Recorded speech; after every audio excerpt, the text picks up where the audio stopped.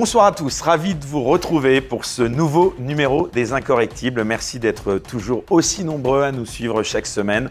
Et justement, ce dimanche, c'est une émission un peu particulière pour moi, car il ne le sait pas, mais c'est l'un des visages qui m'a longuement accompagné quand je voulais m'informer, étant étudiant, mais aussi pendant de nombreuses années quand j'étais journaliste. Il était une des figures les plus connues de LCI et les plus appréciées, aussi quand il a décidé de quitter le journalisme et la présentation des tranches infos pour la politique. Eh bien, cela a été pour beaucoup un coup de tonnerre, car contrairement à d'autres, il ne laissait rien transparaître de ses opinions. Et quelles opinions pour certains dans le microcosme parisien si tolérant. Aujourd'hui, il est député à l'Assemblée nationale, porte-parole du Rassemblement national et qui sait peut-être un jour ministre de Marine Le Pen si elle est élue en 2027. Il vient de participer à la commission d'enquête sur l'attribution, le contenu et le contrôle des autorisations de télévision à caractère national sur la TNT qui fait tant parler. Philippe Ballard, bonsoir. Bonsoir. Très heureux de vous recevoir, puisque je le disais, et je vous suivais d'habitude derrière mon écran, et cette fois, je vous ai à côté de moi. Donc, non, je vous le dis sincèrement, ça me fait un peu drôle. Voilà. Bon. Donc, cher Philippe Ballard, il y a une tradition dans cette émission. On a l'habitude, dans une première partie, d'apprendre à connaître mieux notre invité, pour ceux qui ne le connaîtraient pas. Et puis, dans un deuxième temps, bien sûr, on parlera de l'actualité, cette fameuse commission de la TNT qui a fait tant parler cette semaine. Alors, je vous propose donc, pour commencer, de parler un peu de vous, de votre parcours. Alors, vous êtes né, vous me corrigez si je me trompe, en 1960, je crois. Oui, déjà, oui. Vous avez donc 63 ans. Sans être indiscret, de quel milieu social vous venez ? Oh, ma maman était employée de banque et mon père était artisan. Voilà, et on habitait en banlieue parisienne, dans le Val-de-Marne. Quels souvenirs vous gardez de votre enfance ? De bons souvenirs. J'étais fils unique. Comme moi, j'étais fils unique.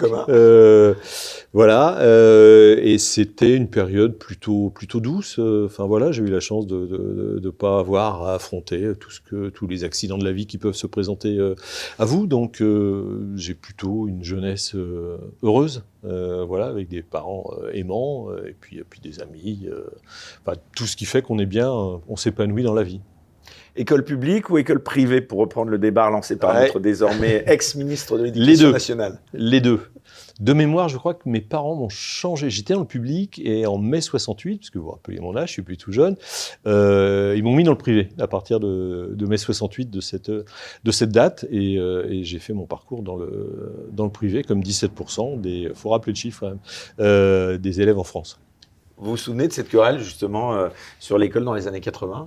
Moi, je me souviens très bien parce que j'étais déjà journaliste. La manif qui a réuni 2 millions de personnes. Je crois que c'était la plus grosse manif, parce que même fin mai, la manifestation organisée par les gaullistes sur les Champs-Élysées a réuni, je crois, 1 million et demi de personnes.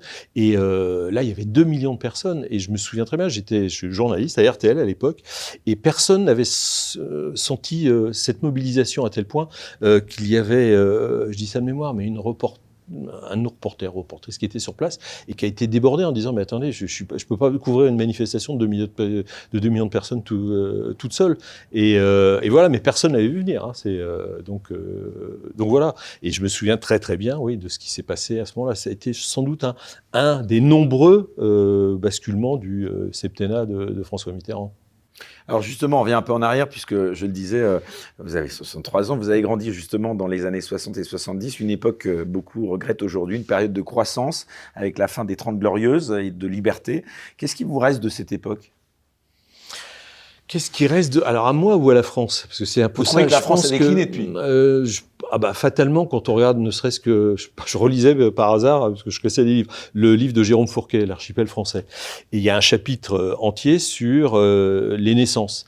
Et vous avez un graphique qui est très instructif sur, il a recensé, alors Jérôme Fourquet, il est pas au Rassemblement national, hein, c'est un sondeur, politologue reconnu, les naissances avec un prénom arabo-musulman. Alors, attention, on peut très très bien être quelqu'un d'exceptionnel en ayant un prénom arabo-musulman, ça souffre d'aucune discussion.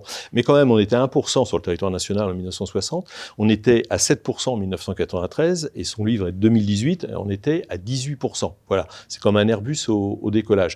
Donc encore une fois, c'est pas parce qu'on a un prénom arabo-musulman qu'on n'est pas fréquentable, bien au contraire, moi, j'en connais qui sont extrêmement bien fréquentables, mais ça dit quand même quelque chose de l'état de la France et de la projection qu'on peut avoir pour le futur. La présidence de François Mitterrand, ça a été, d'après vous, le début de ce déclin ? Je pense, alors, ça dépend lequel, parce que moi j'ai un prisme un peu développé pour l'économie. Je pense que c'est à partir de la fin des années 70, début des années 80, où on nous a vendu la mondialisation heureuse. Alors la mondialisation heureuse, c'était aussi bien no border, plus de frontières, donc les capitaux pouvaient circuler librement, les années Reagan, les années Thatcher, les marchandises, il ne fallait plus qu'il y ait de frontières, il ne fallait plus rien, il fallait nous mettre en compétition avec le monde entier. Et puis sur l'économie, on nous a mis en compétition avec des pays qui n'ont pas les mêmes règles fiscales, sociales, environnementales. Ça a commencé dans ces années-là. Et ça s'est poursuivi, et ça se poursuit encore maintenant, quand on regarde les traités, notamment qui touchent l'agriculture française. Donc on était dans une concurrence complètement déloyale et le déclin, mais ça, j'enfonce des portes ouvertes là, de l'industrie française notamment, ça date de cette époque-là. Sur l'agriculture, pareil.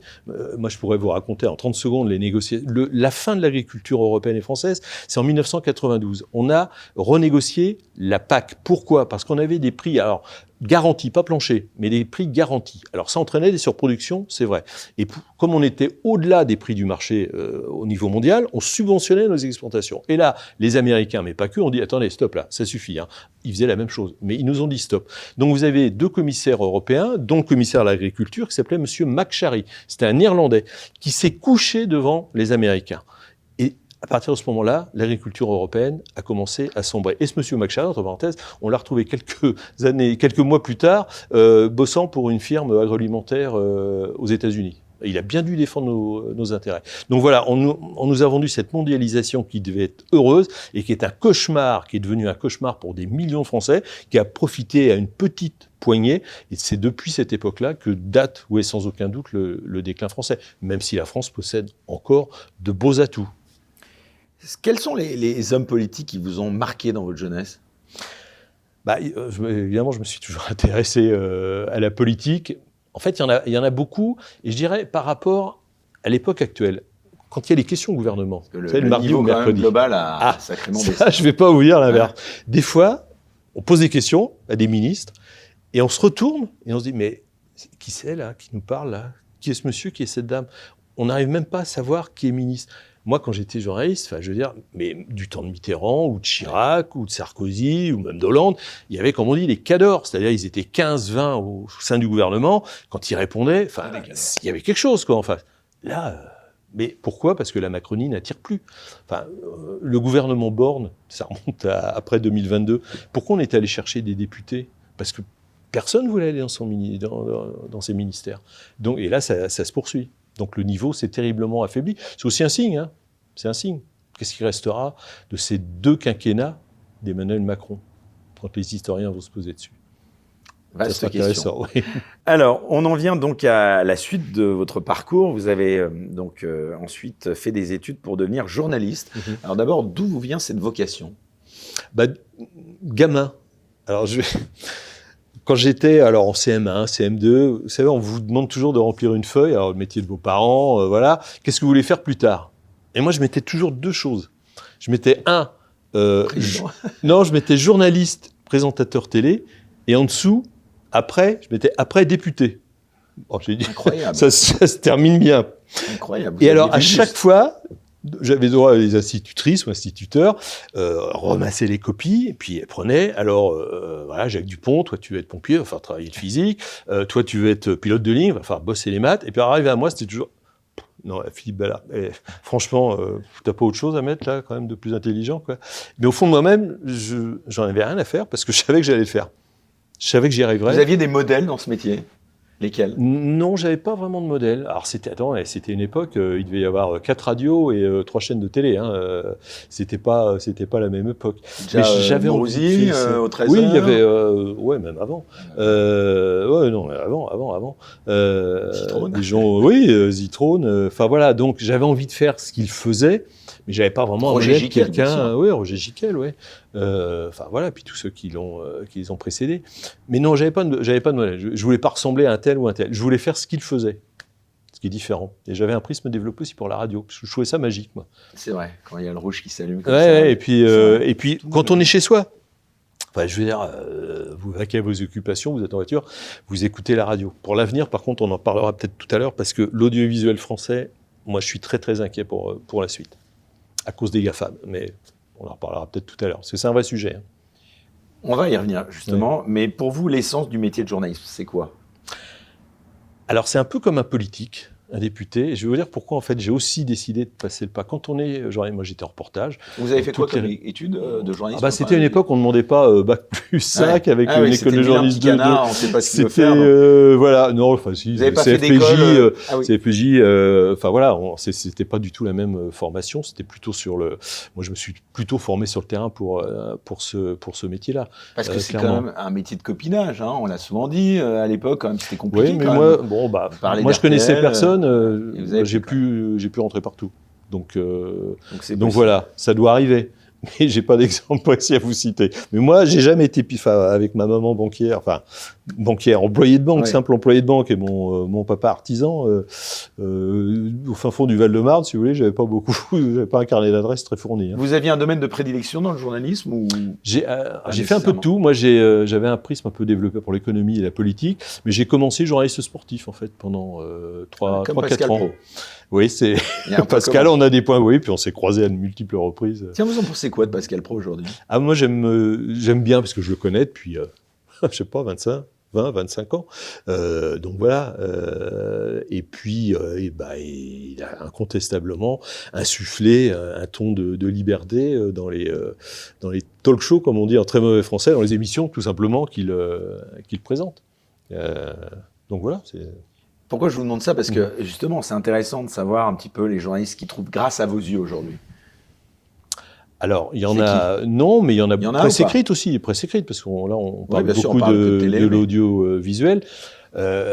En fait, alors on pourrait peut-être venir du coup directement à cette commission d'enquête de la TNT. Moi, c'est simple, à partir du moment où je pense que c'est ce que j'ai fait, parce que j'ai jamais été suspecté de véhiculer des idées du Rassemblement national dans les différents médias que j'ai occupés. C'est quelqu'un qui fait son boulot honnêtement. Alors, je faisais le parallèle entre journaliste et député. En fait, quand vous êtes en reportage à l'étranger, vous regardez, vous observez, et puis vous rendez compte. Voilà, ça se limite à ça. Mais un politique, lui, il doit faire autre chose, il doit faire des propositions pour essayer d'améliorer la situation, s'il y croit vraiment. Donc, à un moment, moi, il me manquait quelque chose quand j'étais journaliste. J'étais très heureux, épanoui de faire des interviews politiques, d'aller sur le terrain, de dire voilà, il s'est passé telle chose à tel endroit, voilà ce que ça peut impliquer, de faire un peu de l'analyse, du décryptage. Mais il manquait une case. Et alors, quelle solution ? Et quand on est politique, là, on peut déposer des propositions de loi, on peut intervenir dans l'hémicycle. Donc, il y avait peut-être une part de frustration. Aujourd'hui, il y a des formes de journalisme que vous trouvez détestables? Déjà, il y a tout ce qui se passe sur les réseaux sociaux. La régulation, c'est zéro. Et après, c'est ceux qui font pas leur boulot correctement. C'est aussi un espace de liberté, là. Moi, je me fais le chantre, c'est effectivement, vous avez entièrement raison. C'est les deux. C'est les deux parce que j'ai des comptes Twitter, Facebook, Instagram, TikTok, tout ce que vous voulez, ça peut être effectivement un espace de liberté. Mais ça peut être aussi un espace de désinformation. Puis pour répondre simplement en une phrase à votre question, c'est tous ceux qui font pas leur boulot correctement. Enfin voilà, c'est pas plus compliqué que ça. Qui essayent de faire passer leurs idées, mais visiblement à l'antenne. Voilà. Alors, on le disait justement, vous avez été au cœur justement de la machine journalistique mainstream, comme on dit, puisque vous êtes resté, redites-nous, à LCI combien de temps? 24 ans, mais j'ai fait 40 ans de journalisme, donc 24 ans dans le groupe TF1, donc j'ai énormément de bons souvenirs, à RTL, dans le service public, France Info, j'ai commencé à France Inter, je suis passé par Sud Radio aussi, je crois, c'est aussi un autre point commun. Voilà, en 1987, je crois. C'était à Toulouse à l'époque. Mais voilà, donc j'ai 40 ans de carte de presse. Est-ce que vous avez justement vu des choses qui aujourd'hui vous scandalisent ou que vous voudriez dénoncer? Là, vous êtes libre maintenant de votre parole. Oui, tout à fait. Et en fait, c'est pas tellement... Je crois que c'est peut-être plus complexe que ça. C'est que, en fait, vous avez alors, je dis bien les grands médias nationaux, les grands médias nationaux, je ne parle pas parce que moi je suis député de l'Oise, je côtoie des journalistes de la PQR ou des journalistes de la presse hebdomadaire, mais là je parle des grands médias nationaux. Je pense qu'ils sont issus du même moule. C'est plutôt la France qui va bien. d'accord ? Ils ont la chance, tant mieux pour eux, de faire des grandes études. Donc ils sont dans une sorte de moule. Alors, c'est pas du 100%. Je suis incapable de vous dire c'est 80, 90, 70, 60. Mais disons qu'ils sont un peu dans le même moule. Et en fait, ils véhiculent leur vision un petit peu de la société à travers leurs reportages, qui peuvent être excellents, hein, par ailleurs, leurs interviews, la façon dont on fait un sujet, la façon dont on présente une information. Donc, moi, c'est ce que j'ai observé pendant des dizaines d'années.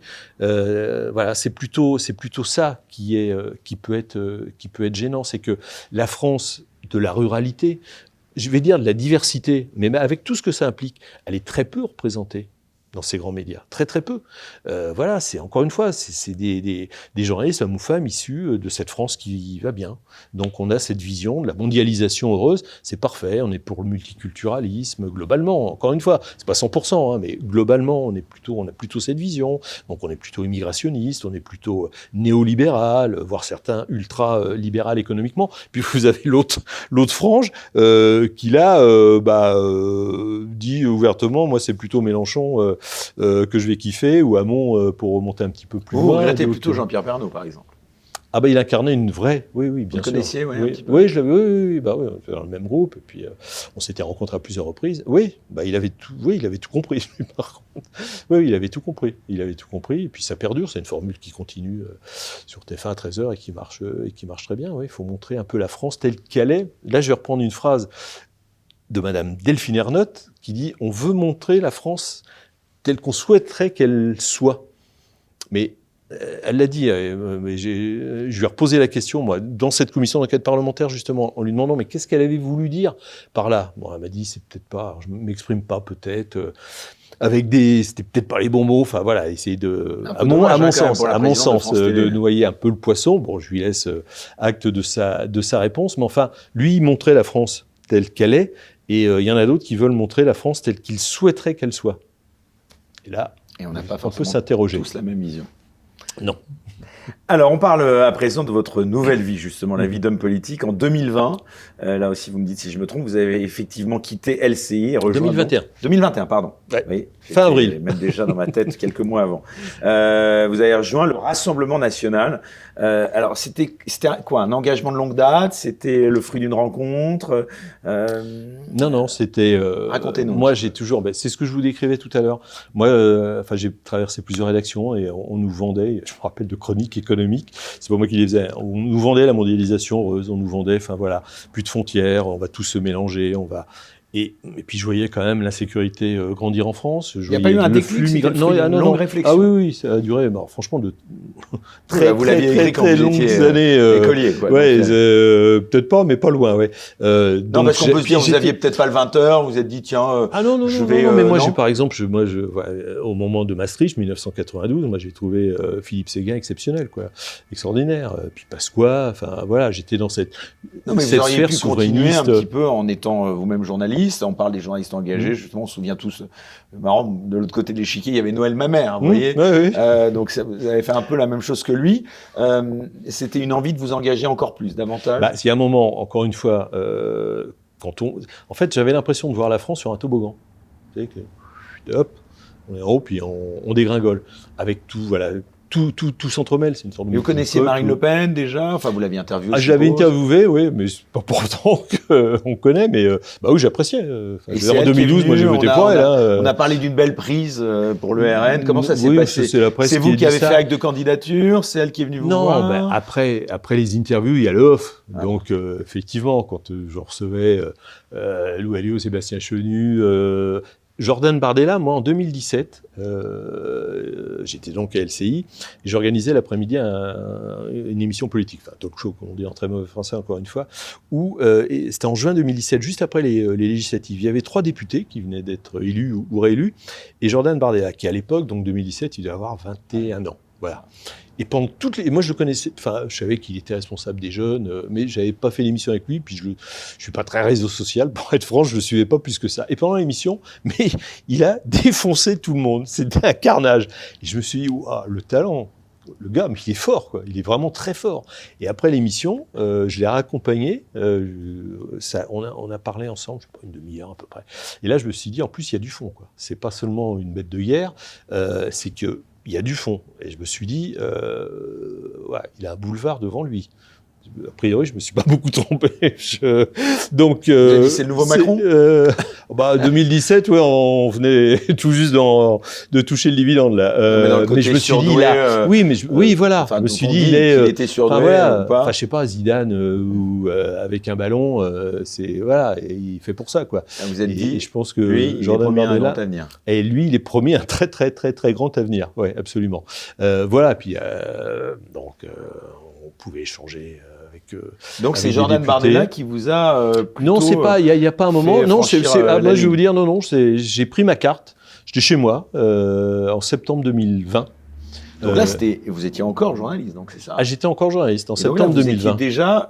J'étais encarté au Rassemblement national. Et ça, il savait ou pas? On n'est pas obligé quand même de déclarer. Oui, mais déontologiquement parlant, pardon. Moi, Loïc Signor, j'ai travaillé, je me souviens, à CNews, moi aussi. Il y avait un journaliste politique qui s'appelle Loïc Signor, et qui a rejoint très peu de temps après, maintenant le porte-parole de Renaissance, si je ne me trompe. On se dit après, avec le recul, ça pose un petit problème déontologique, non? De se dire, tiens, le journaliste qu'on avait, il était peut-être pas forcément objectif quand il était journaliste politique. Vous traitiez de politique. Oui, mais il y en avait peut-être beaucoup d'autres. Et ça ne se sait pas. Et puis, entre nous, franchement, dans une rédaction, on se parle. On arrive à deviner, en gros, alors pas pour qu'il vote forcément précisément, mais où il se situe, quoi, sur l'échiquier politique. Ah non, parce qu'il y en a un qui a dit qu'il était quand même tombé de sa chaise quand vous l'avez annoncé que vous rejoigniez. C'est Fabien Damien, c'était mon patron. Donc comment ça s'est passé? Vous l'avez annoncé comme Thierry Tuilier. J'ai pris rendez-vous et je lui ai dit, écoute, voilà, je vais être candidat aux élections régionales, je vais être tête de liste à Paris pour le Rassemblement national. Donc évidemment, il va falloir me retirer de l'antenne. Donc là, c'est vous, c'était pas une décision prise par eux. Et là, vous êtes dit, non, mais moi, non, mais voilà, faut que ça soit clair. Il y a un moment, on décide de couper, stop, c'est fini, quoi. Donc, moi, je décidais de m'engager en politique. Donc, le retour au journalisme, a priori, c'est fini. Non. Ouais. Voilà, j'ai passé 40 très belles années dans différentes rédactions. Je me suis vraiment épanoui. J'ai que des bons souvenirs. Mais il y a un moment, quand on saute, quand on fait le pas, quoi. Voilà. Mais pardon de revenir à ce que vous venez de dire là, parce que vous disiez, on connaissait. C'est quoi vous connaissiez, mais parce que vous êtes dans le système. Vous étiez dans le système journalistique. C'est quoi la coloration politique majeure des journalistes? Moi, c'est toujours ce que je dis, c'est que il n'y a pas de sondage très précis. Enfin, il y en avait qui a été fait au moment du vote dans les écoles de journalisme. On voit qu'il y a des candidats qui font 80%. Oui, c'était. Je me rappelle en 2017, c'était Hamon qui arrivait en tête, voilà. Et là, c'était Mélenchon quand les écoles de journalisme ont été testées. Donc, il y a plutôt cette sensibilité, on va dire, de gauche, un peu immigrationniste, multiculturaliste, qui prédomine. Et c'est pour ça que jeudi, il y a une proposition de loi déposée par Europe Écologie Les Verts que je combats, qui consisterait à faire adouber par les journalistes les directeurs de rédaction, d'information. On n'a pas très bien, le texte n'est pas hyper précis. Je peux vous dire que là, ça serait... alors j'exagère en disant que ça serait la Pravda partout en France pour les médias, y compris audiovisuels, mais presse écrite, tout ce que vous voulez. Ça serait monocouleur. Voilà. Mais à côté de ça, il y en a qui peuvent avoir. Moi, j'ai travaillé avec des journalistes, on se le disait, qui me disaient, moi, je suis à gauche et j'ai toujours été à gauche, mais qui étaient de bons journalistes. Voilà, donc je veux dire, c'est pas tout blanc, tout noir, quoi. Il y a une sorte de. Non, mais pourquoi je vous dis ça? Parce que c'est vrai qu'après tout, finalement, pourquoi le milieu journalistique ne reflèterait pas le niveau de la coloration politique des Français? Donc on pourrait se dire, tiens, il y a tant de pourcents pour le RN.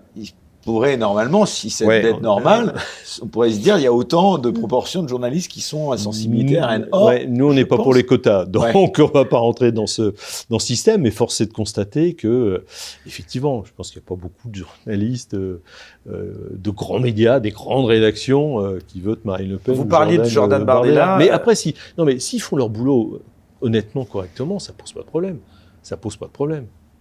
Ce qui est arrivé justement, vous parliez de Jordan Bardella, ce qui est arrivé à Jean-François justement Aquili, le journaliste France Info qui aurait participé au conditionnel à la relecture du livre justement du président du Rassemblement National et qui a été sanctionné pour ça. Est-ce que ça vous a choqué?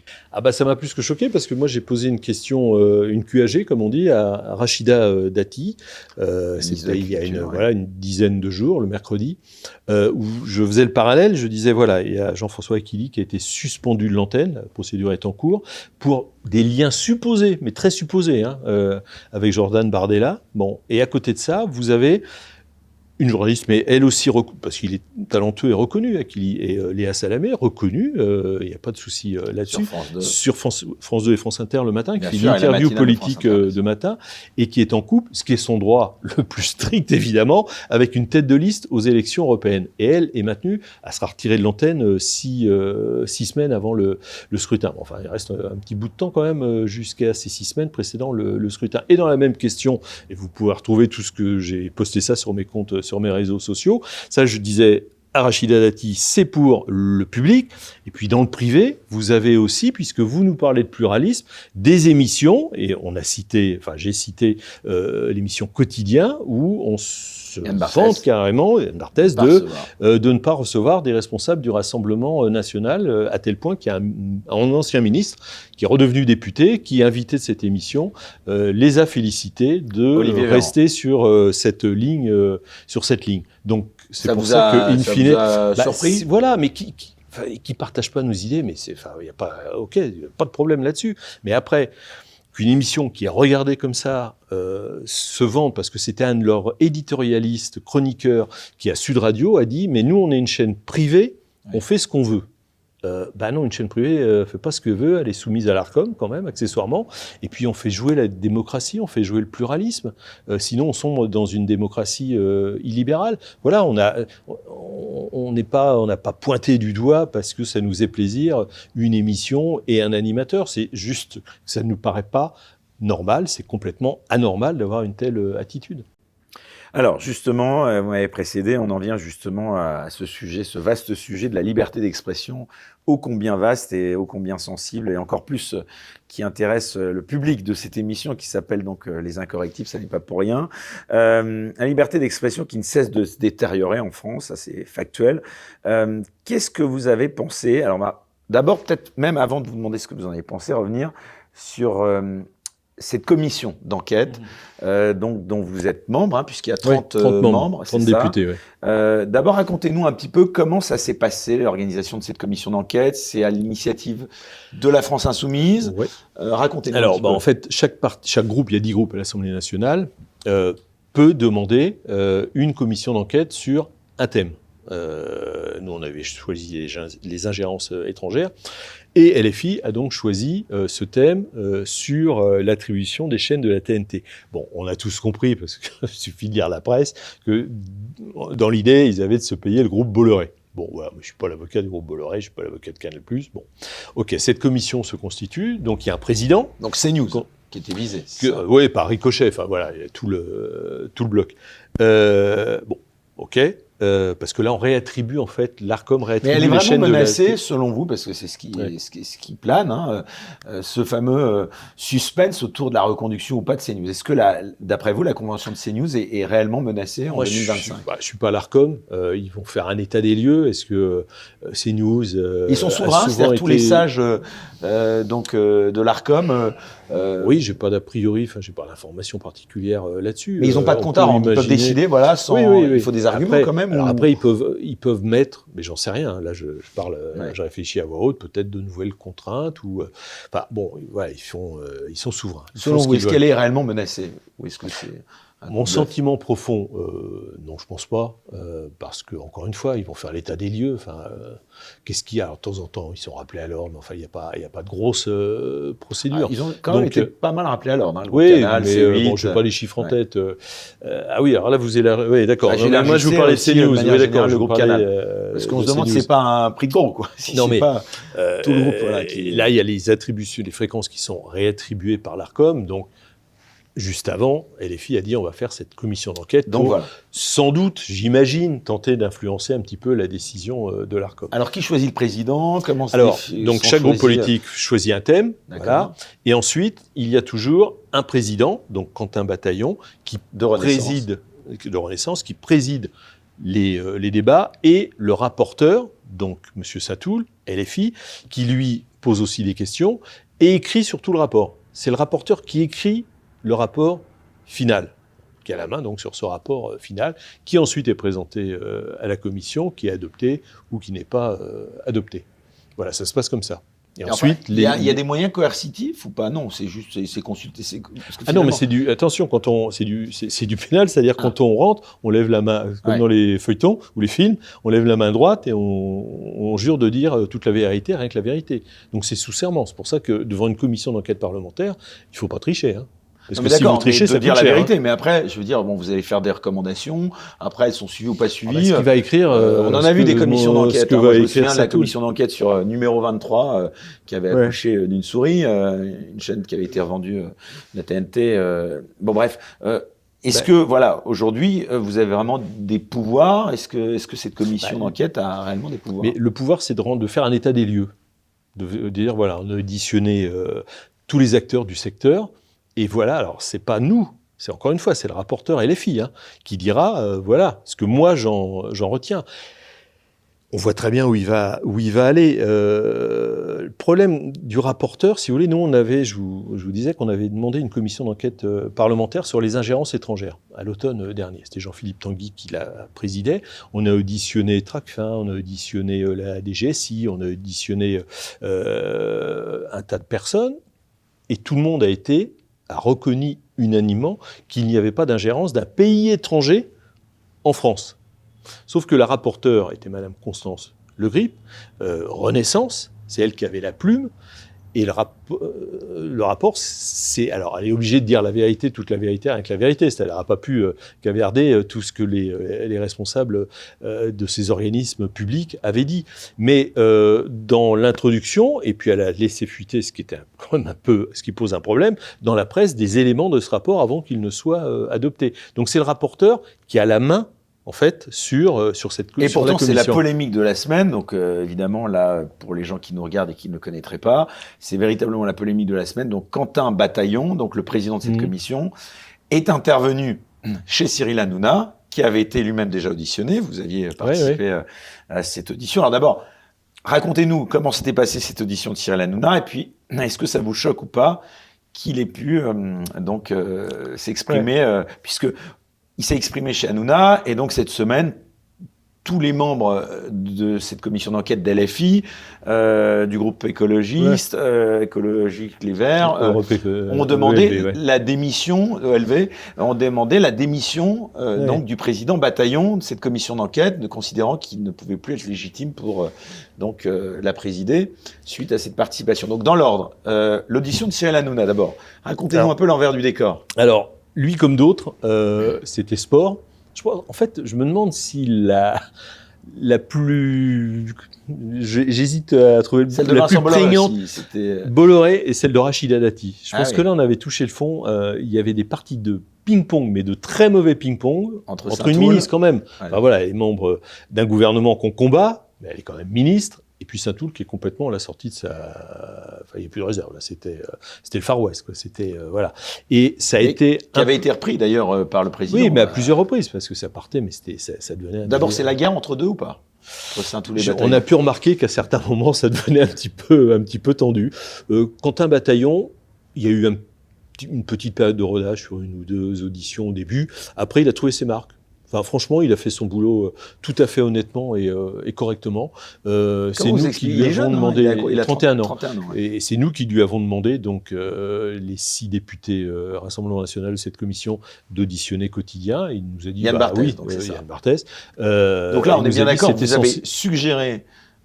à la présidence, enfin au président. Oui, on lui a écrit une lettre avec nos signatures. Il a dit OK, vous avez, enfin voilà, oui. Qui est sensible ou pas, mais il aurait pu refuser. Il aurait pu refuser, ce qui aurait été quand même un peu étrange, mais bon, il a accepté, donc c'est pour ça qu'on a auditionné Monsieur Barthès et Quotidien. Alors donc Cyril Hanouna, vous disiez c'était sportif, mais il est bon. Il sait gérer aussi ce genre de situation. Il y a le fond et la forme. En fait, donc dans la forme, il n'a pas été déstabilisé. Dans le fond, il a répondu.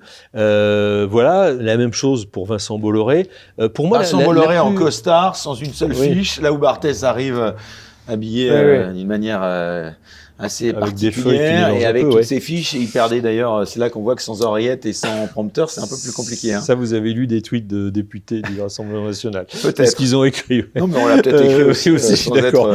Être donc c'était... Enfin, pour moi, s'il y en a une qui m'a marqué, c'est celle de Rachida Dati, où c'était vraiment un peu lunaire. Et pardon, mais avec cette commission d'enquête...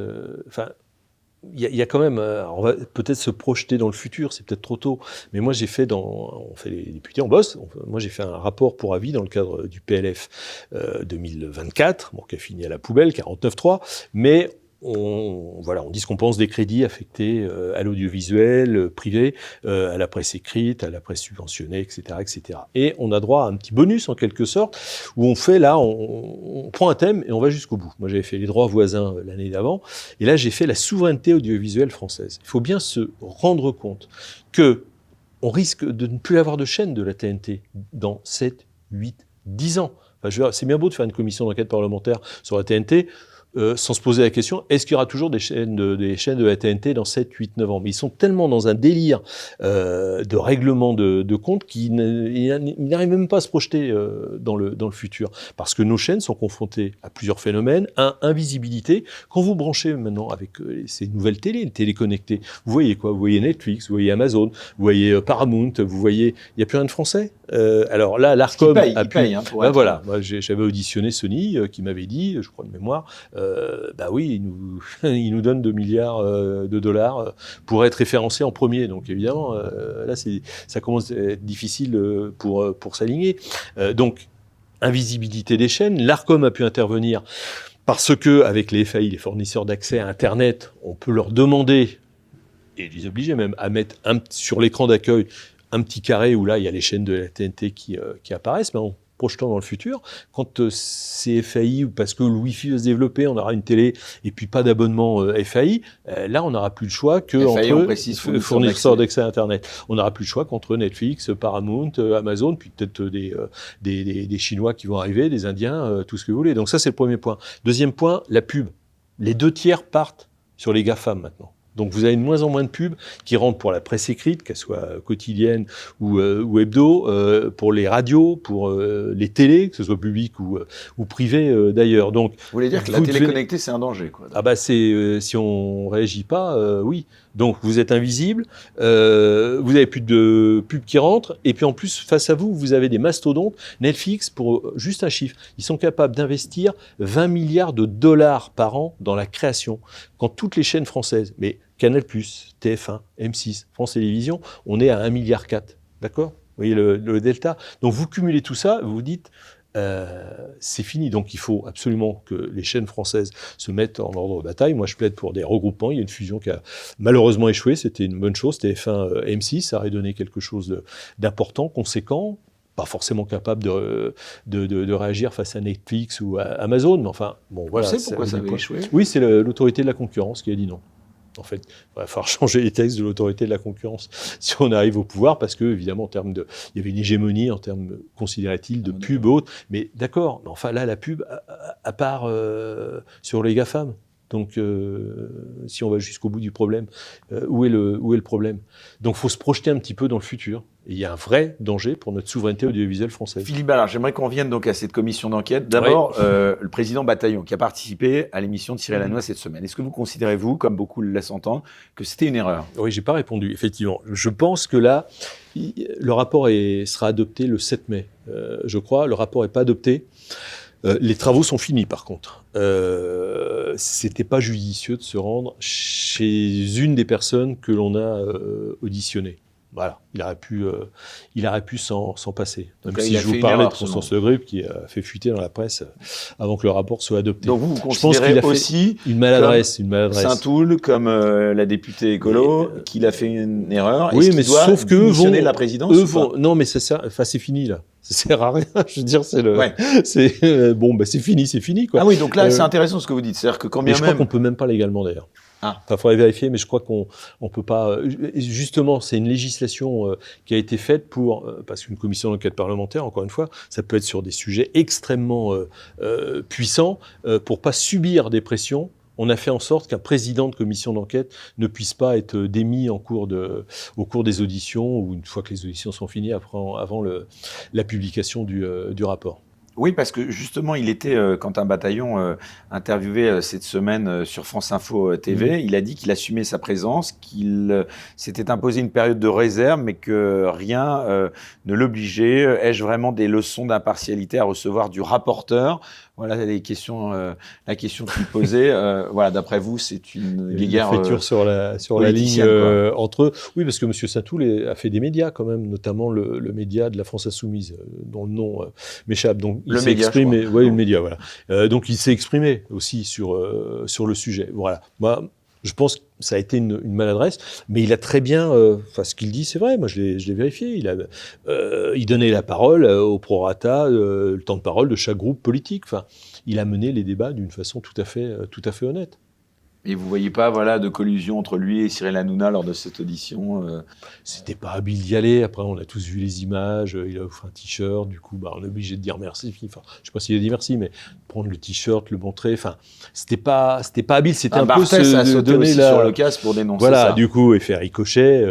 L'autre camp s'en empare et dénonce ça. Enfin, bon. Voilà, je pense que c'est pas. Enfin, je vous parlais de l'avenir de l'audiovisuel français. Je crois que quand on voit ça, c'est pas à la hauteur des enjeux qui se profilent à l'horizon. Alors, beaucoup de gens ont laissé entendre que cette commission d'enquête, elle avait, vous le disiez, dans le viseur quand même essentiellement, vous disiez le groupe de Vincent Bolloré et peut-être CNews même en particulier. Aujourd'hui, le groupe Canal, justement, avec CNews et C8. Est-ce que c'est, d'après vous, Philippe Ballard, le dernier îlot d'expression en France dans les médias dits mainstream? Non, heureusement, il y en a quand même d'autres, mais c'est vrai qu'il y a un point de vue qui est exprimé par les thèmes abordés, ne serait-ce que ça, par les thèmes abordés. Puisqu'on a reproché, quand la décision du Conseil d'État est tombée, voilà, suite la donc NUPES, à la plainte de Reporters sans frontières, ouais. ça vous a choqué, surpris La décision du Conseil d'État, moi j'ai réagi, j'aurais dit, ce truc il est à la poubelle tout de suite, c'est juste infaisable. Vous n'allez pas écouter, tout le monde, parce la que décision du Conseil d'État, c'est de pouvoir comptabiliser tout le monde, y compris les présentateurs. Voilà, alors l'Arcom a dit ça, on peut pas. Voilà, on va pas étiqueter les gens, ça a aucun sens, y compris les invités qui sont. Ça veut dire que vous, à LCI, vous auriez été comptabilisé RN, quoi. Oui, mais personne. Non, mais je veux dire, je l'ai jamais démontré. À l'antenne, moi, mes interviews étaient toujours nickel. C'est pour ça que ça les aurait gens peut-être obligé. Non, mais pardon, là, je trouve, pour le coup, par rapport à ce que vous avez dit, justement, ça veut peut-être dire, je ne sais pas si j'ai raison, mais que ça aurait obligé les gens à faire du déclaratif, à dire, vous êtes obligé de dire si vous avez une carte ou pas, si vous êtes encarté dans un parti politique. Et ça, est-ce que finalement, deux choses. Si vous êtes journaliste, c'est ingérable. Est-ce que c'est pas déontologiquement normal de dire, tout parle tu camarade, quoi. C'est ingérable. Parce que alors à ce moment-là, vous avez dans la rédaction, je sais pas, 15 présentateurs, présentatrices. Il y en a 4 macronistes, 3 LFI, un RN, un écolo. Alors, on va les retirer de l'antenne en fonction des interviews qu'il doit faire. Enfin, pardon, mais les plannings, là, c'est juste ingérable. Non, mais le seul guide, c'est que on doit faire son boulot correctement. On vote dans l'isoloir ce que l'on veut, dans le secret de l'isoloir, mais à l'antenne, ça ne doit pas transpirer. Et c'est, je pense, ce que j'ai fait, moi, pendant toute ma carrière. Ça n'a jamais transpiré. Pour donc revenir à justement ces journalistes qui s'octroient un droit de ne pas recevoir des gens du RN, je pense évidemment à Yann Barthès et Quotidien, comment vous expliquez que le fait de ne pas recevoir le RN justement ne fasse pas plus scandale que ça finalement? Parce que vous l'avez rappelé, un des chroniqueurs de Barthès qui disait sur Sud Radio, on fait ce qu'on veut, on est une chaîne privée. Voilà, est-ce que vous trouvez que le reste des chaînes autres que CNews est pluraliste?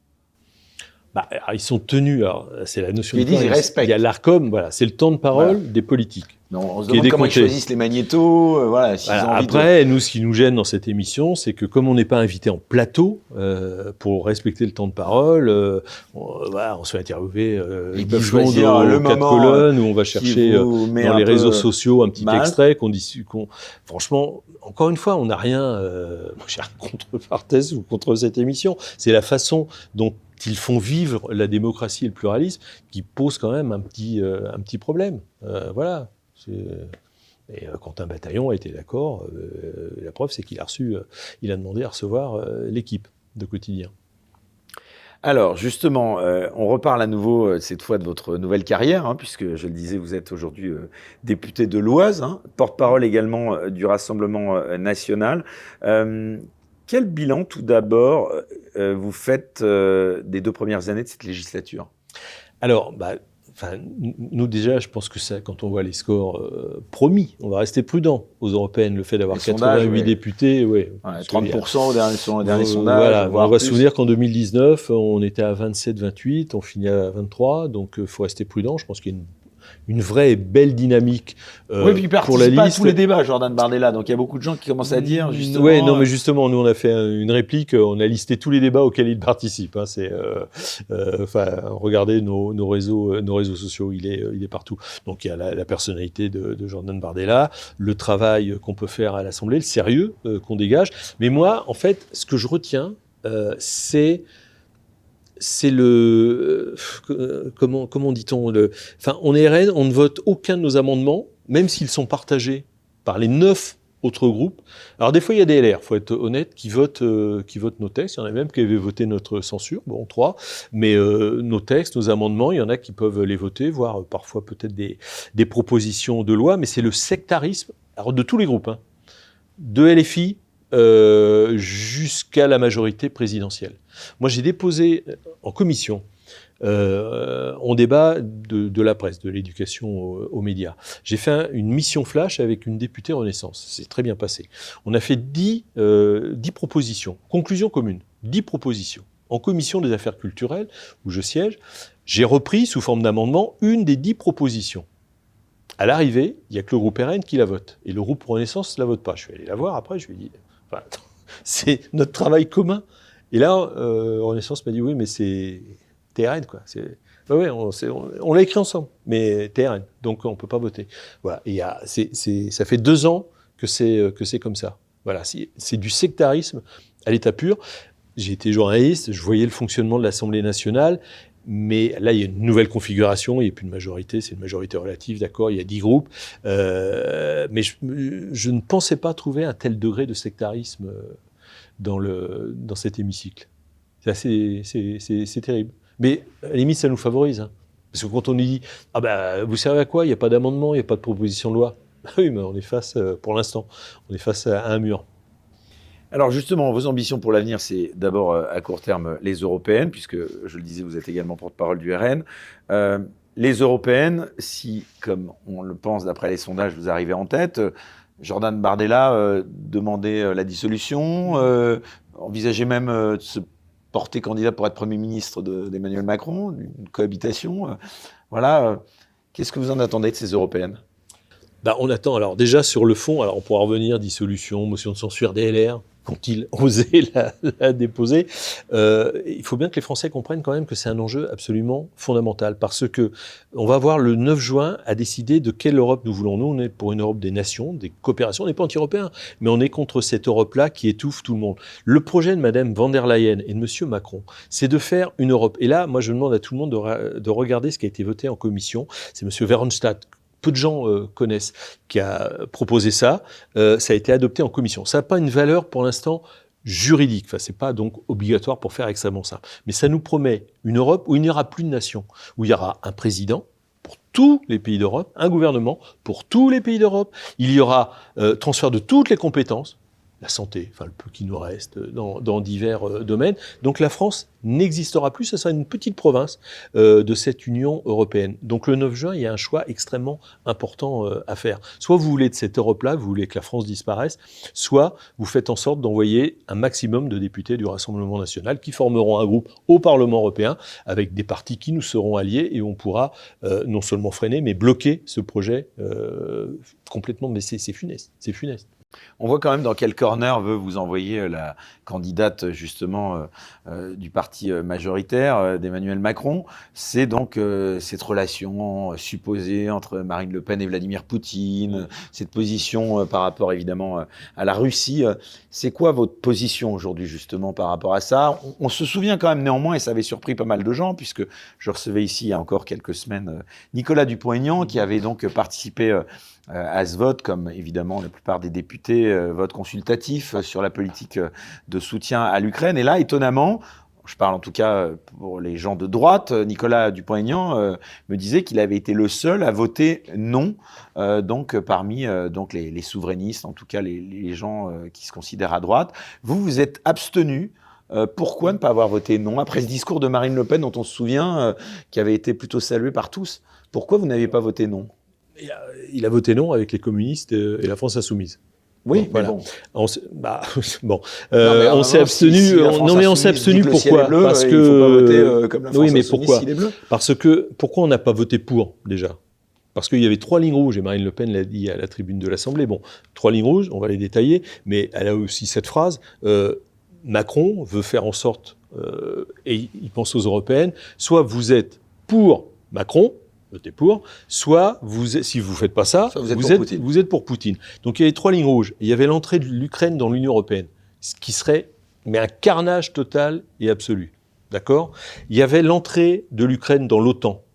Si on veut éteindre un incendie en mettant de l'essence, on ne s'y prend pas autrement. Et puis, il y avait cette dissuasion tactique, j'ai oublié le terme exact, l'expression employée par Emmanuel Macron. On n'a jamais compris ce que c'était. Active. Oui, c'est ça. Voilà. Dissuasion active. On n'a jamais compris ce que ça recouvrait.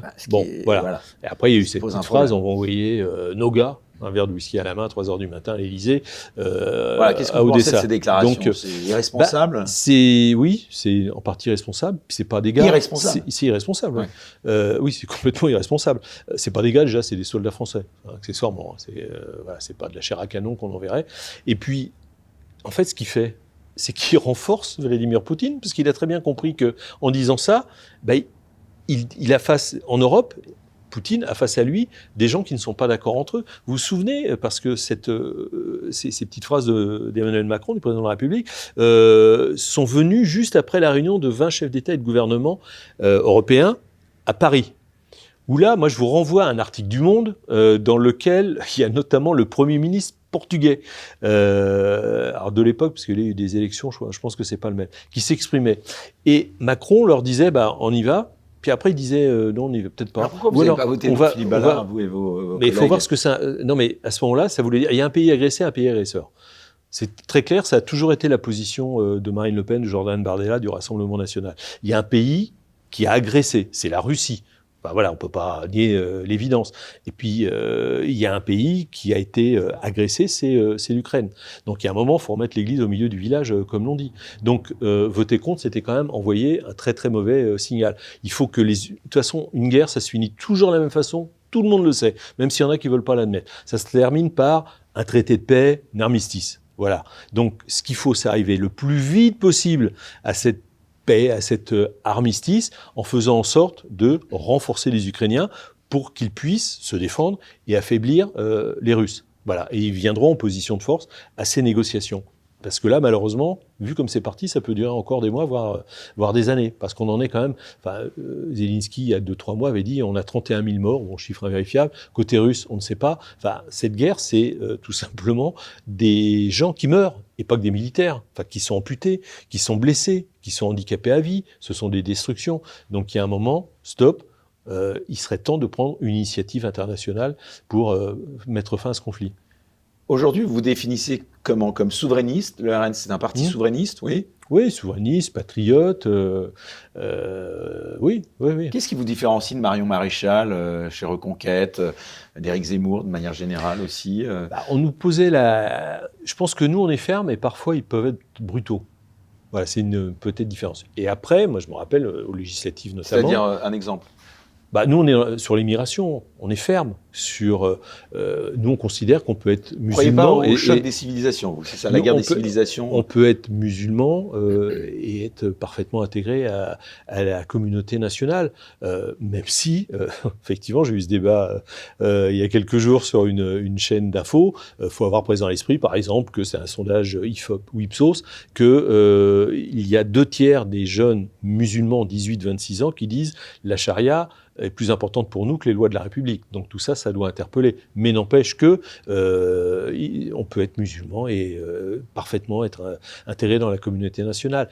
Et je crois savoir qu'Éric Zemmour n'a pas forcément la même opinion. Et puis après, il y avait des acteurs. Moi, je me souviens très bien de la campagne de la présidentielle, des législatives, où sur le terrain économique, on n'est pas forcément toujours en phase. Si on prend les retraites, de mémoire, Éric Zemmour et Marion Maréchal sont plutôt sur une retraite à 65 ans. Là, la retraite de 62 à 64 ans, c'est injuste et inefficace. Donc ça fait de bonnes raisons pour s'y être opposé. Alors que lui, on aurait fait un groupe commun à l'Assemblée.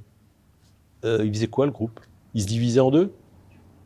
Voilà, faut penser un petit peu à tout ça. Après, effectivement, ce que dit Éric Zemmour, Marion Maréchal sur l'immigration, on peut quand même concevoir que le RN, voire le FN, le dit depuis de très très nombreuses années. Donc, effectivement, on a des points d'accord, mais qu'ils travaillent, qu'ils nous rejoignent et travaillent avec nous, mais en reprenant notre programme. Alors, il y a une question, en tout cas, qui interroge beaucoup, en tout cas, qui suscite pas mal d'interrogations, c'est la question du programme économique. C'est quoi aujourd'hui la politique économique du Rassemblement national voilà, comment vous le définissez, ce programme ? On se réfère au programme de 2022 de Marine Le Pen, et là, dans quelques semaines... Vous pouvez nous rappeler, parce que ça... D'accord, mais je vais le faire volontiers. Quelques jours, il y a vous savez qu'elle est souvent attaquée sur ses connaissances en matière économique. Oui, mais avec des mensonges. Moi, à chaque fois que j'ai un débat un petit peu là-dessus, sur notamment les chaînes d'infos, à chaque fois j'ai le droit, par exemple, vous êtes pour la retraite à 60 ans. Non, on n'est pas pour la retraite à 60 ans. On est pour la retraite à 60 ans pour ceux qui ont commencé à travailler entre 17 et 20 ans. Et ensuite, on revient à 62 ans, et c'est le nombre de trimestres. C'est-à-dire, plus on commence à travailler tôt, plus on partira tôt. Enfin, c'est juste une question de bon sens. Voilà. Et si on commence à travailler parce qu'on a la chance d'avoir fait des études à 25 ans, 26 ans, on finira à 67 ans. Mais en temps travaillé, on aura moins travaillé que quelqu'un qui a commencé à 20 ans et 6 mois et qui ira jusqu'à 62 ans. Après, dans le programme de Marine Le Pen, il y avait ce fonds souverain, parce qu'il y a beaucoup d'épargne en France. Alors, c'est une épargne de précaution, parce que les gens ont peur de l'avenir. Mais enfin, bon, voilà. Un fonds souverain qui permettra de réaménager, de réindustrialiser la France. Puis après, pardon, mais on met quand même en pratique, là c'est l'actualité avec l'agriculture, on fait sortir par exemple l'agriculture de ces traités de libre-échange. C'est l'exception agricole française. On privilégie la commande publique. Il n'est pas normal que dans les cantines publiques, 80% du bœuf consommé soit importé. Enfin, on marche sur la tête quand même. Donc c'est la préférence nationale, y compris préférence nationale pour les logements sociaux, pour tout ce qui est tout le programme social, mais dans la commande publique. Mais la plupart des pays au monde le font, et y compris des pays qu'on présente comme néolibéral, comme les États-Unis. Et nous, on se l'interdit. Donc, on peut le faire. Et là, il faudra avoir une négociation avec Bruxelles. C'est pour ça qu'il faut avoir un groupe important au Parlement européen, revoir ces règles européennes qui nous empêchent d'accorder la préférence, la priorité dans la commande publique pour des entreprises françaises, à condition évidemment qu'elles soient compétitives. Il ne suffit pas de payer 10 fois plus cher. Vous croyez à la victoire de Marine Le Pen en 2027 ? Ah oui ? Oui. Déjà, je regarde les chiffres, 2012, 2017. 2012, elle est à 17%, je crois, au premier tour, elle n'est pas qualifiée. 2017, 33% au deuxième tour. Là, Marine fait 42% au deuxième tour. Donc, ça ressemble à un avion décollage. Là, 50% plus une voix, c'est pour 2027. Ça ne vous inquiète pas ? Ah non, pas du tout. Non, pourquoi je vous dis ça ? Parce que je ne sais pas si vous avez vu ou entendu les déclarations d'une humoriste dont le nom d'ailleurs m'échappe. C'était de France Inter. C'était lors d'un événement Mediapart qui a dit qu'il faudrait en appeler aux armes. Oui, si, à la baston, enfin quelque chose comme ça. Ouais, c'était. J'ai vu ça. Je ne sais plus exactement les termes tweet, qu'elle a employés, oui, mais enfin, ça voulait dire. C'est pas du verbatim, mais c'est un peu ça. On n'en était pas loin. Bah, ça montre toute l'ouverture vous avez porté plainte, d'esprit. c'est ça, je crois, ou pas Je crois que certaines de nos députés ont porté plainte, oui. Oui, mais ça montre l'ouverture d'esprit. Enfin, imaginez. Alors, il y en a peut-être quelques-uns des humoristes proches du RN. Qui dirait ou qui aurait dit si Macron est élu, faut que ça soit le bazar, ou si Mélenchon est élu, faudra aller se battre dans la rue. Vous vous rendez compte du tollé que ça susciterait ? Ça irait au-delà du tollé d'ailleurs, ça serait quelque chose d'assez sympa. Donc oui, on sait qu'on aura à faire face à ce genre de choses, mais la France est tellement fracturée à l'heure actuelle que franchement ça peut pas être pire. Hein. Voilà, c'était en tout cas des propos, les propos qui ont été mis en cause, c'était lors du festival de Mediapart sur l'hypothèse très précise d'un soulèvement armé en cas d'élection du RN en 2027. Et c'était l'humoriste en question, c'est Mao Drama. Voilà. Donc, est-ce que vous ne pensez pas quand même malgré tout que l'élection de Marine Le Pen, si elle avait lieu en 2027, est-ce qu'elle risquerait pas, alors je sais que c'est une question qu'on vous pose souvent, mais je vous la repose ici, de conduire à une forme de guerre civile ? On le disait pour Jean-Marie Le Pen à l'époque. Avec sa fille, ce serait différent ? C'est vrai, la guerre civile, on est passé à deux doigts au moment des Gilets jaunes, hein, quand même. Mais non, parce qu'il y aura... Bon, c'est dans 3 ans. Et il y a tout ce travail qu'elle va continuer, et puis avec les députés qui l'entourent à côté d'elle, pour montrer que c'est la voie de la réconciliation nationale, plutôt Marine Le Pen. Enfin voilà, est-ce que Jean-Luc Mélenchon peut rassembler les Français ? Est-ce que Macron ne se représentera pas, mais est-ce que quelqu'un qui se réclame de ce courant de pensée économique, philosophique, politique, sociale, ne divisera pas les Français. Oui. Donc, enfin voilà, je pense que j'ai appris à connaître Marine Le Pen là, depuis 2 ans à l'Assemblée. C'est quelqu'un de très humain. Et ça enfin voilà, je pense que les médias ne le voient pas, ou une partie du public qui s'en rend compte. Et je pense qu'elle saura apaiser et réconcilier les Français avec elle à l'Élysée et Jordan à Matignon. Et vous voyez où ? Vous voyez ministre ? Non, moi j'irais, on me dit d'aller, vous savez, j'ai 63 ans, vous rappelez mon âge, j'ai pas plan de carrière à 10, 15, 20 ans. Je ferai ce qui est utile pour mon pays. Donc vous voyez toujours député, par exemple ? Oui, pourquoi pas ? Parce que si le groupe sera majoritaire à l'Assemblée, il y aura du boulot à l'Assemblée. Hein. Non, mais parce que justement, c'est vrai que ministre, ça fait toujours rêver, on se dit. Mais alors, si moi, jamais j'irai où on me dit par d'aller. Hasard, on vous proposait d'être ministre. Vous voudriez être ministre de quoi ? Non, mais si c'est dans l'intérêt du pays, non, là, j'ai même pas réfléchi. Non, franchement, je n'ai aucune idée. Et à l'Assemblée, il y aura du boulot encore. Hein. Enfin, il y aura énormément de travail. Il va falloir redresser la France quand même. Parce que 40 ans de chaos quand même. Pour voir la suite de l'émission, merci de vous abonner à la chaîne Les Incorrectibles Plus sur Player depuis le lien en description sous cette vidéo.